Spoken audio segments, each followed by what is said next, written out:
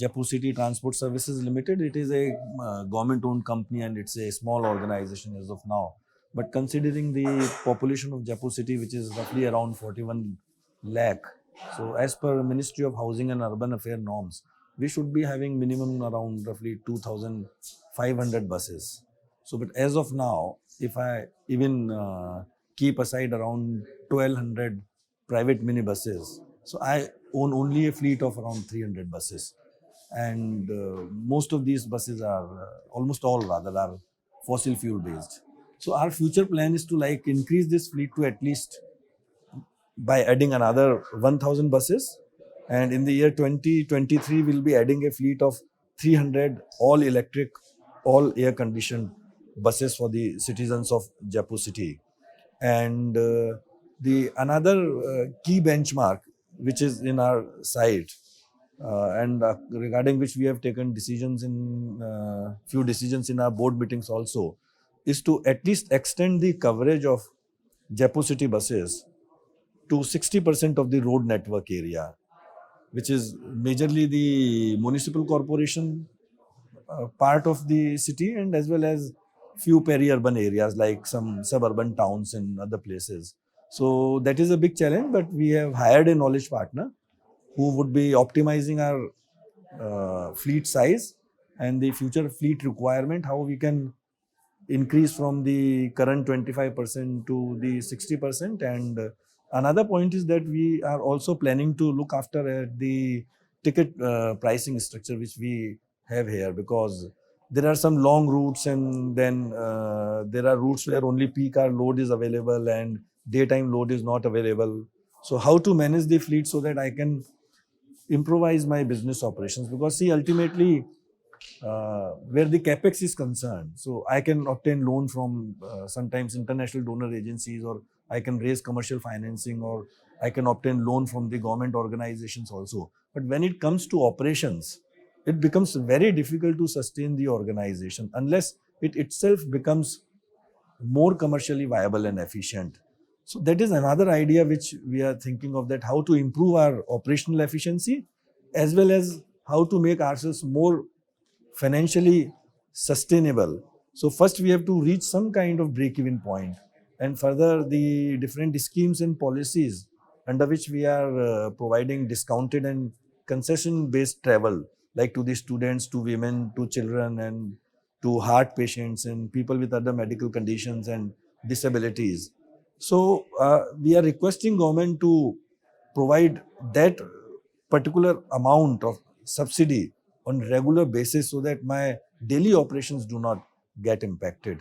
And from the commuter friendly point of view of providing services, we have today only launched our mobile application which provides the live location of the buses which JCTSL operates.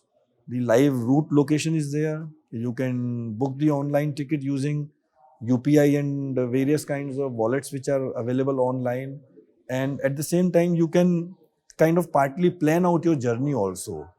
And the best mode is that in the next phase, we'll be coming out with a very innovative feature of journey planning. So like if, as of now, the application is more interactive and usable to people who use Jaipur city buses on daily basis.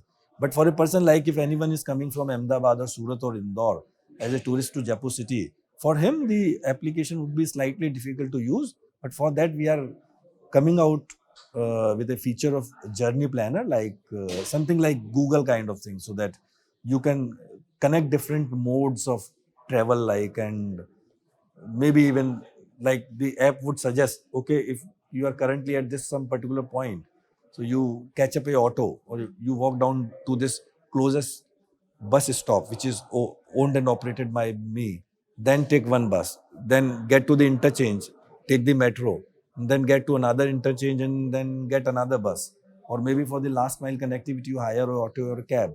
So that is a journey planner kind of the feature which we are planning to provide in our app. So that would be a big help. And apart from that, the data which we will be generating from the GPS, which we have installed in more than around 250 buses. We have a fleet of 300 buses. So that would be the one set of data which would get generated when the buses would move, and as per different time horizons. And another set of data would be, we'll be capturing from the electronic ticketing machines, like from which would help in us in determining the peak load as per the timings, different timings, which will help us in rationalizing the routes. So we will optimize which are the more commercially viable route, and which routes are there where actually the private modes of transport are not available. That also we'll be able to identify. So that is the whole idea. These are few of the interventions which we are taking up, and we are further open to our learning from other city bus corporations in the country. Like we are planning to hold and organize visits to Kochi, to Pune, to Mumbai, and to Delhi in the first phase. Yeah, see, so there are two aspects to it. So as I mentioned that one is the data set which gets created when the bus moves and the GPS creates the data. So that is the most usable data which we are using in our mobile app, and that data would be available to any passenger, or for that matter any user of that app on real time basis. That is one data set. But now how this data set gets transported or translated into a kind of passenger information system, because see, when you talk about metro and when you talk about city bus operations, these two are entirely different kind of operations, particularly because metro, which is a kind of a rail, it operates on a dedicated route. So no other mode can come on metro track. But city bus, it is a shared space. So to manage the frequency and the time discipline is very difficult.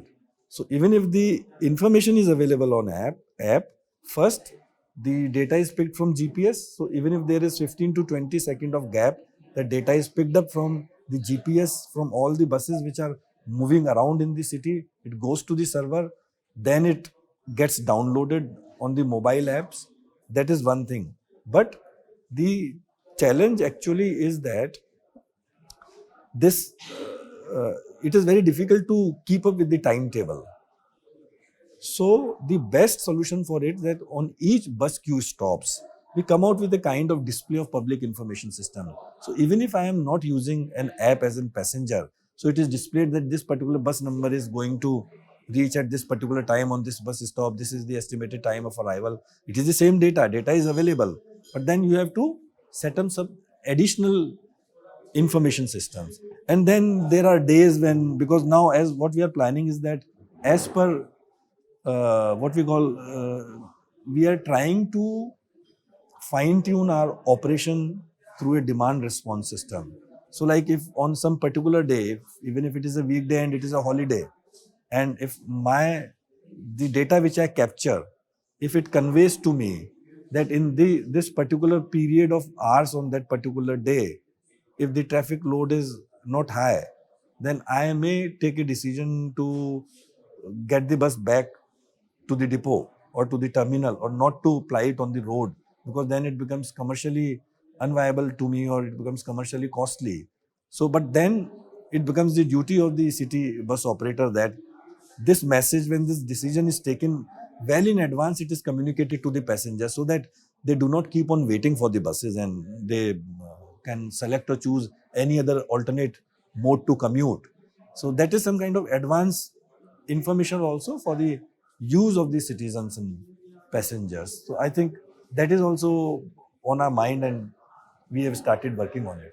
So this knowledge partner would be acting as a bridge between our IT vendor, who is providing us the IT solutions, both software and the hardware side, and the HR part of my organization. So which would certainly include the capacity building part also, how to use this application. And so to use the application these days is very difficult. Like you must have seen, like if there are applications like Zomato or Swiggy or Flipkart or Amazon, and for that matter even the net banking applications, they are very user friendly. So adoption by citizens is very fast, But when it comes to actual usage of that data, doing data analytics and using those data analytics in making decisions in your organizations, not only on day-to-day basis.